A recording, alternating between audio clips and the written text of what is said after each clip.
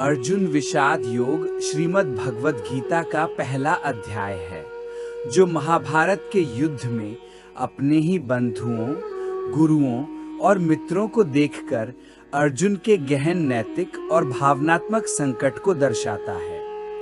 युद्ध शुरू होने से पहले अर्जुन मोह, करुणा और भ्रम से भरकर युद्ध न करने का निश्चय करता है और अपना धनुष बाण त्याग देता है। उसके इस विषाद और प्रश्नों ने भगवान कृष्ण को उपदेश देने का अवसर दिया, जिससे ये अध्याय आगे के आध्यात्मिक ज्ञान का आधार बना। मुख्य बिंदु: अध्याय का परिचय। अर्जुन विषाद योग गीता का प्रथम अध्याय है, जिसमें अर्जुन अपने विरोधियों में अपने प्रियजनों को देखकर व्याकुल हो जाता है। अर्जुन का संकट: युद्ध भूमि में गुरुओं, भाइयों और पुत्रों को सामने देखकर अर्जुन का मन संदेह और दुख से भर जाता है। वह युद्ध की निरर्थकता पर प्रश्न चिन्ह लगाता है। विषाद का परिणाम: अर्जुन अपना धनुष बाण त्याग देता है और शोक में डूब जाता है। यह स्थिति उसे भगवान कृष्ण से मार्गदर्शन लेने पर मजबूर करती है। ज्ञान का आधार: अर्जुन के इस आध्यात्मिक और भावनात्मक संघर्ष यानी विषाद ने ही भगवान कृष्ण द्वारा गीता का उपदेश देने की नींव रखी, जिससे ये अध्याय आगे की शिक्षाओं के लिए प्रारंभिक बिंदु बनता है। समर्पण की अवस्था: अर्जुन का विषाद उसे अपने कर्तव्यों के प्रति मोह से ग्रस्त करता है और वह श्री कृष्ण से शरणागत होकर श्रेष्ठ मार्ग पूछता है, जो उसका पूर्ण समर्पण दर्शाता है। श्रीमद् भगवद गीता में सांख्य योग भगवद गीता के दूसरे अध्याय का नाम है, जो आत्मा, शरीर और कर्म के बीच के अंतर को समझने का ज्ञान देता है। सांख्य का अर्थ है तत्वों का विवेकपूर्ण ज्ञान और योग का अर्थ है आत्मा को परमात्मा से जोड़ना। यह अध्याय आत्मा की अमरता, शरीर की नश्वरता और फल की इच्छा के बिना कर्तव्य करने के महत्व पर प्रकाश डालता है, जिसे निष्काम कर्मयोग कहा जाता है। सांख्य योग के मुख्य बिंदु: आत्मा की अमरता।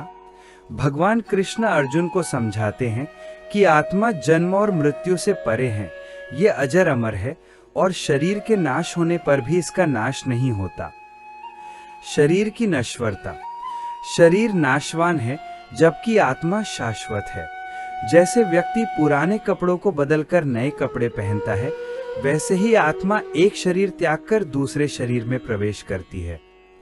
निष्काम कर्मयोग: सांख्य योग कर्मयोग का आधार प्रस्तुत करता है, जिसमें व्यक्ति को कर्म के फल की इच्छा किए बिना अपना कर्तव्य करना चाहिए। विवेकपूर्ण ज्ञान: सांख्य का अर्थ है गणना या विभिन्न तत्वों का विश्लेषण करना। सांख्य योग आत्मा और प्रकृति यानी माया के बीच के अंतर को समझने और वास्तविकता के स्वरूप को जानने का विज्ञान है। कर्तव्य का पालन: अर्जुन को अपने धर्म के अनुसार युद्ध करने का उपदेश दिया जाता है, क्योंकि युद्ध उसका कर्तव्य है, अस्तित्व का वास्तविक स्वरूप। ये अध्याय अर्जुन को उसके आंतरिक संघर्षों से ऊपर उठकर जीवन के वास्तविक अर्थ को समझने और सही मार्ग पर चलने में मार्गदर्शन करता है। संक्षेप में कहा जाए तो सांख्य योग आत्मा के वास्तविक स्वरूप और अमरता को समझने का एक मार्ग है, जो मनुष्य को फल की इच्छा के बिना अपने कर्तव्यों को करने के लिए प्रेरित करता है। श्रीमद् भगवद गीता का तीसरा अध्याय कर्मयोग है, जो बताता है कि फल की आसक्ति के बिना अपने कर्तव्य कर्म करना चाहिए। ये अध्याय कर्म के विज्ञान के बारे में सिखाता है, जहां व्यक्ति को अपने कर्मों के परिणामों के बजाय अपने प्रयासों पर ध्यान केंद्रित करना चाहिए और सभी कर्मों को ईश्वर को समर्पित करना चाहिए। कर्मयोग से व्यक्ति मानसिक रूप से मुक्त रहता है और आध्यात्मिक शुद्धि व मुक्ति प्राप्त करता है। कर्मयोग का सार: निस्वार्थ कर्म। कर्मयोग का सबसे महत्वपूर्ण सिद्धांत है कि व्यक्ति को निष्काम भाव से कर्म करना चाहिए, यानी कर्म करते समय उसके फल की इच्छा नहीं रखनी चाहिए। कर्म करना आवश्यक है। कोई भी व्यक्ति एक क्षण के लिए भी कर्म किए बिना नहीं रह सकता, क्योंकि प्रकृति के गुण उसे किसी न किसी कर्म में बांधते हैं। कर्म ना करने से भी व्यक्ति नहीं रह सकता, इसलिए कर्म करना श्रेष्ठ है। कर्तव्य का पालन। अपने नियत कर्मों को पूरी तरह से करना चाहिए। फल की आसक्ति से मुक्ति। कर्म के फल से वैराग्य रखना चाहिए और कर्म करते समय फल की चिंता नहीं करनी चाहिए, क्योंकि फल की चिंता करने से कार्य मुश्किल हो जाता है। अहंकार और इच्छाओं का त्याग। कर्म करते हुए फल की इच्छा से मुक्त होना चाहिए और बुद्धि को इंद्रियों के वश में रखकर काम करना चाहिए। आध्यात्मिक शुद्धि। कर्म योग का पालन करने से व्यक्ति की आत्मा का शुद्धिकरण होता है। शांति और मुक्ति। कर्म योग का अभ्यास करते करते व्यक्ति परम शांति और अंततः मुक्ति प्राप्त करता है। कर्म योग का उद्देश्य। श्रीमद् भगवद गीता के अनुसार धर्म युद्ध का अर्थ है अपनी आत्मा को बचाने के लिए लड़ना।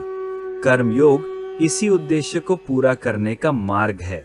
ये हमें ये सिखाता है कि हमें अपने कर्मों को सिर्फ अपने लिए नहीं, बल्कि एक बड़े उद्देश्य के लिए करना चाहिए।